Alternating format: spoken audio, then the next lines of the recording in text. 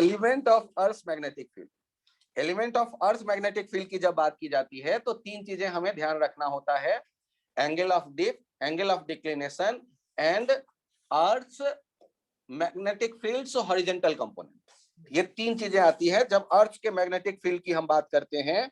तो एक आता है एंगल ऑफ डिप, एक आता है अर्थ का हॉरिजॉन्टल मैग्नेटिक या कंपोनेंट, और एक आता है एंगल ऑफ डिक्लिनेशन। इन तीनों को हमें समझना होता है।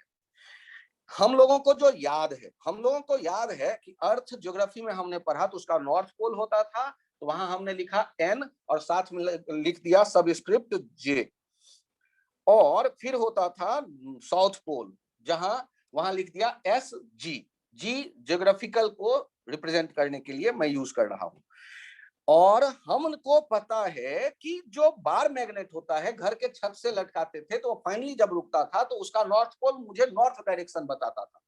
तो इसका मतलब है कि अर्थ का जो मैग्नेटिक लाइन होगा वो साउथ से नॉर्थ जाता दिखना चाहिए, तभी तो वो नॉर्थ के डायरेक्शन में अलाइन हो जाएगा बार मैग्नेट। क्योंकि बार मैग्नेट का नेचुरल टेंडेंसी होता है किसी भी मैग्नेटिक फील्ड में उस पैरेलल रहना, और इस तरह पैरेलल रहना कि मैग्नेटिक फील्ड के जाने के डायरेक्शन में उसका सामने नॉर्थ पोल होगा और पीछे साउथ पोल होगा। तो हमने अर्थ का मैग्नेटिक फील्ड बना दिया, और अर्थ का मैग्नेटिक फील्ड बना दिया तो हमने जब और बार मैग्नेट को लेकर के धीरे धीरे आगे बढ़ते गए तो हमने देखा कि नॉर्थ पोल, ये बार मैग्नेट झुकता गया और वर्टिकल हो गया पोल पे जाके। वो नॉर्थ पोल पे जाके नहीं, उससे थोड़ा सा हट के। तो जहां ऐसा हुआ वहां निश्चित रूप से अर्थ के भीतर एक मैग्नेट इमेजिनरी हमने सोचा, उसका साउथ पोल रहा होगा, क्योंकि साउथ पोल ही बार मैग्नेट के नॉर्थ पोल को अट्रैक्ट कर रहा होगा। या यूं कह लो कि साउथ पोल पे पहुंचना था मैग्नेटिक लाइन को, अर्थ के लाइन को मैग्नेटिक साउथ पोल पे पहुंचना था। तो जहां नॉर्थ पोल है अर्थ का, उस जगह मैग्नेटिक साउथ पोल इमेजिन करिए, और जहां साउथ पोल है अर्थ का वहां मैग्नेटिक नॉर्थ पोल इमेजिन करिए। तो आपको मैग्नेटिक लाइन बनाना समझ में आ गया। अर्थ के बाहर, सर भीतर में बनाओ, अरे भीतर कहां रखने जाओगे मैग्नेट, बाहर ही बनाने से काम चल गया। और ये जो भीतर एक मैग्नेट इमेजिनरी ग्रीन कलर का दिख रहा है, उसके लिए नॉर्थ और साउथ के पास मैंने मैग्नेटिक लिख दिया, जिससे आपको पता चले कि मैग्नेटिक नॉर्थ पोल और ज्योग्राफिकल साउथ पोल अगल बगल में कुछ डिस्टेंस पे। उसी तरह ऊपर वाला मैग्नेटिक साउथ पोल और ज्योग्राफिकल नॉर्थ पोल थोड़े से अगल बगल। फिर हमने बात की कि यदि मैग्नेट को हम ले जाते हैं इक्वेटर से पोल की तरफ, तो पोल पे आकर के मैग्नेट वर्टिकल हो गया, तो इसका मतलब इक्वेटर से जैसे जैसे पोल की तरफ जाएंगे मैग्नेट झुकता जा रहा है वर्टिकल होने की कोशिश में, तो हॉरिजॉन्टल से कुछ एंगल बनाएगा। जितना एंगल बनाएगा उसे हम कह देते हैं एंगल ऑफ डिप। तो सोचो, यदि हमने उसे एंगल ऑफ डिप थीटा कह दिया, तो एंगल ऑफ डिप थीटा का जो इक्वेटर पे वैल्यू होगा, तो इक्वेटर पे तो हम पैरेलल देख रहे हैं मैग्नेटिक फील्ड के, तो वो हॉरिजॉन्टल ही है। हॉरिजॉन्टल क्यों? क्योंकि यहाँ यदि आप खड़े होते हैं तो आपका सर और पैर ये वर्टिकल हुआ अर्थ के रेडियली आउटवर्ड, और ये हॉरिजॉन्टल डायरेक्शन दिखेगा आपके परपेंडिकुलर। तो हॉरिजॉन्टल दिख रहा है मैग्नेट इक्वेटर पे, और theta equator, angle of dip at equator 0 हुआ, और जब पोल पे आएंगे तो वही एंगल हो जाता है 90 डिग्री। अब मैं आपको याद दिलाता हूं कि 3 पॉइंट से एक ही प्लेन गुजर सकता है। तो आप अर्थ के किसी भी पॉइंट को चुनिए, जैसे मैंने एक पॉइंट चुन लिया है क्यू, एक पॉइंट अर्थ पे मैंने चुन लिया क्यू, यहां देखिए ध्यान से। और इस क्यू पॉइंट के पास मैं अर्थ पे सोचता हूं एक पॉइंट क्यू, एक ज्योग्राफिकल नॉर्थ, एक ज्योग्राफिकल साउथ। इन तीन से गुजरेगा जो प्लेन वर्टिकल, उसके लिए नाम दिया हमने ज्योग्राफिकल मेरिडियन। वर्टिकल हॉरिजॉन्टल भूल जाओ, ये जो प्लेन गुजरा। अब यदि उसी तरह साउथ जो मैग्नेटिक है, नॉर्थ जो मैग्नेटिक है, और क्यू पॉइंट जो अर्थ के सरफेस पे चुना, उससे जो प्लेन गुजरेगा उसको हमने कह दिया मैग्नेटिक मेरिडियन। और इन दो प्लेन के बीच का जो एंगल बना, उनको हमने कह दिया एंगल ऑफ डिक्लिनेशन डेल्टा। आगे बढ़ते हैं। हम लोगों ने क्या किया, दो प्लेन बनाए, और ये जो प्लेन बनाया, तो जो मैग्नेटिक लाइन होगा वो किस प्लेन में रहना चाहेगा, तो मैग्नेट के नॉर्थ, मैग्नेट के साउथ से गुजरेगा, नॉर्थ से निकलेगा, साउथ तक पहुंचेगा, तो मैग्नेटिक मेरिडियन में रहना चाहेगा। उस मेरिडियन में जब मैंने एक मैग्नेटिक नीडल को फ्री किया, तो उस प्लेन में वो क्या होता है कि थीटा एंगल झुका दिख रहा है। ये जो थीटा एंगल हॉरिजॉन्टल से झुका दिख रहा है, उसे हमने कह दिया एंगल ऑफ डिप। तो बी के दो कंपोनेंट हो गए। अर्थ का लाइन इसी मैग्नेट के पैरेलल रहा होगा, अर्थ का मैग्नेटिक फील्ड का लाइन। क्यों? क्योंकि जो बार मैग्नेट होता है वो मैग्नेटिक फील्ड के पैरेलल रहना पसंद करता है। तो अर्थ का जो भी मैग्नेटिक फील्ड था उसको मैंने कह दिया बी। तो बी के दो कंपोनेंट हो गए, एक बी एच और एक बी वी, एक बी वर्टिकल और एक B horizontal, B cos theta B sine theta. अब ध्यान दीजिए, यदि हम चले जाते हैं ज्योग्राफिकल मेरिडियन में, तो ज्योग्राफिकल मेरिडियन में जाएंगे तो इधर जो कंपोनेंट आएगा हॉरिजॉन्टल, बी हॉरिजॉन्टल डैश, ये बी हॉरिजॉन्टल का एक कंपोनेंट होगा कॉस डेल्टा। तो अब हम गौर करें कि यदि मैग्नेट को हम फ्री रखें ज्योग्राफिकल मेरिडियन में, तो ज्योग्राफिकल मेरिडियन से वो हट नहीं सकता, ऐसा वहां पर मैं व्यवस्था कर दूं। तो ज्योग्राफिकल मेरिडियन में वो कितने एंगल पे झुका दिखेगा मुझे, तो ज्योग्राफिकल मेरिडियन में वो कितने एंगल पे मुझे निडल झुका दिखेगा ये तो मुझे नहीं पता। तो वो निडल कितने एंगल पे झुका दिखता है उसे थीटा न्यू कह देते हैं। वो थीटा न्यू देखने के लिए हम लोग जो बात कर रहे हैं वो वेक्टर की तरह देख रहे हैं अगले पेज पे, कि ये जो नया होता है थीटा न्यू, इसे कहते हैं नए किसी प्लेन में अपियरेंट एंगल ऑफ दी इन, जैसे ज्योग्राफिकल मेरिडियन या जैसे किसी और वर्टिकल मेरिडियन जिसको हम जो मैग्नेटिक मेरिडियन से अलग इमेजिन करें। तो वहां जो हम थीटा न्यू देख रहे हैं वो कितना आ रहा है, V V new by B H new. और ये किसके बराबर आ गया, बीवी न्यू, भी तो कॉमन है, वर्टिकल लाइन तो दोनों प्लेन में कॉमन है, तो वही रहेगा बी साइन थीटा। और वो हॉरिजॉन्टल वाला आ जा रहा है कितना, बी एच ओल्ड का cos delta component, B cos theta into cos delta, sine theta by cos theta कितना हो गया, sine theta by cos theta हो गया tan theta, tan theta by cos delta. और डेल्टा क्या है, एंगल ऑफ डिक्लिनेशन। तो आपके पास एक फॉर्मूला आ गया कि अपियरेंट यदि चाहिए आपको एंगल ऑफ डिप, तो वो एक्चुअल जो एंगल ऑफ डिप था उसको cos delta angle of declination से डिवाइड कर दो। अब एक बार एक प्रूफ आपको बताता हूं।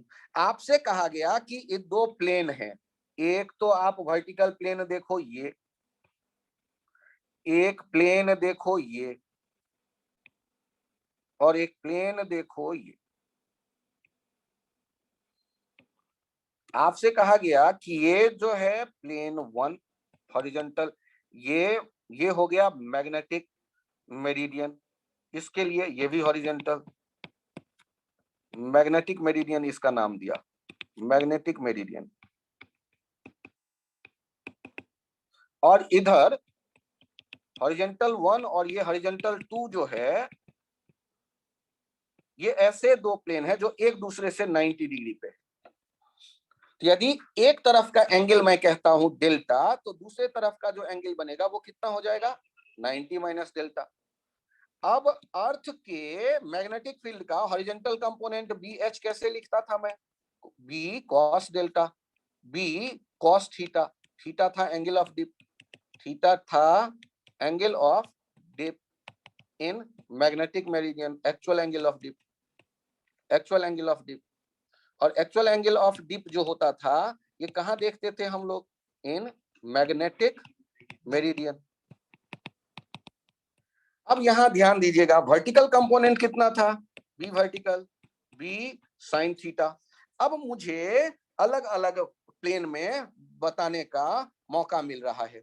यहां देखिए, इधर मैं कह देता हूं, इस ये बी वन की तरफ बी का कंपोनेंट आएगा, बी वन की तरफ बी का जो कंपोनेंट आ रहा है ये क्या लिख रहे होंगे, बी एच जो भी है उसका कॉस डेल्टा, और इधर जो कंपोनेंट आ रहा है वो B H cos 90 minus delta, जिसे हम कह सकते हैं बी एच साइन डेल्टा। अब आपके पास दो अलग अलग प्लेन में अपेरेंट एंगल ऑफ डिप लिखने का मौका आया। तो ये सामने वाले प्लेन में देखिए, यहां जो अपेरेंट एंगल ऑफ डिप होगा, डी अपेरेंट डैश इसे कह रहे हैं, तो 10 थीटा अपेरेंट डैश कैसे लिखेंगे, B sine theta upon B H sine delta, B sine theta upon B cos theta into sine delta. ये क्या हो गया, tan theta upon sine delta, ये पहला इक्वेशन। और उसी तरह दूसरा जो उधर वाला हॉरिजॉन्टल वन प्लेन है उसके लिए यदि आप लिखते हैं टेन थीटा अपियरेंट, तो उसके लिए ये आ जाएगा ten theta by cos delta. ये दो इक्वेशन आ गए। और अब आप क्या करते हैं, जानते हैं sine square delta plus cos square delta equals to 1। अब यहां से देखिए ये कितना आ रहा है, tan theta by tan theta apparent plus tan theta by tan theta apparent dash, दो अलग अलग जो है एपियरेंट डैश, और इनका हमने क्या किया होल स्क्वायर, ये 1 के बराबर। tan थीटा राइट साइड ले आओ, स्क्वायर में रहेगा, और इन्वर्टेड करोगे कॉट में जाएगा, तो हमारे पास रिलेशन आ गया cot square theta apparent plus cot square theta apparent dash equals to tan square theta, oh sorry 1/tan square theta था ना, वो भी हो गया cot square cot square theta. तो ये एक डिराइव्ड रिजल्ट है जो नीट में आ चुका है, मेंस में आईआईटी के कभी नहीं आया अभी तक, और ये सिलेबस जो है वो मेंस के लिए ही है, ध्यान दीजिएगा। तो मेंस के लिए ही है सिलेबस, उसमें हमने देखा अर्थ मैग्नेटिक फील्ड। तो अर्थ के मैग्नेटिक फील्ड में पहला पॉइंट जो था वो कौन सा था, एक था theta actual angle of dip, हाँ actual angle of dip, angle of dip in magnetic meridian, angle of dip in magnetic meridian. और दूसरा पॉइंट था earth horizontal magnetic field B cos theta. तीसरा पॉइंट था angle of declination delta, angle of declination, declination वाला angle किसके बीच का angle था, angle between geographical meridian and magnetic meridian. और यहां हमने एक रिजल्ट डिराइव किया कि tan थीटा एपियरेंट ये हो जाता है tan theta by cos delta, ये tan theta apparent in geographical meridian. तो यदि देखेंगे तो ये tan theta by cos delta आ जाएगा। तो इन चीजों को याद रखें, आज की कहानी सिर्फ यहीं तक।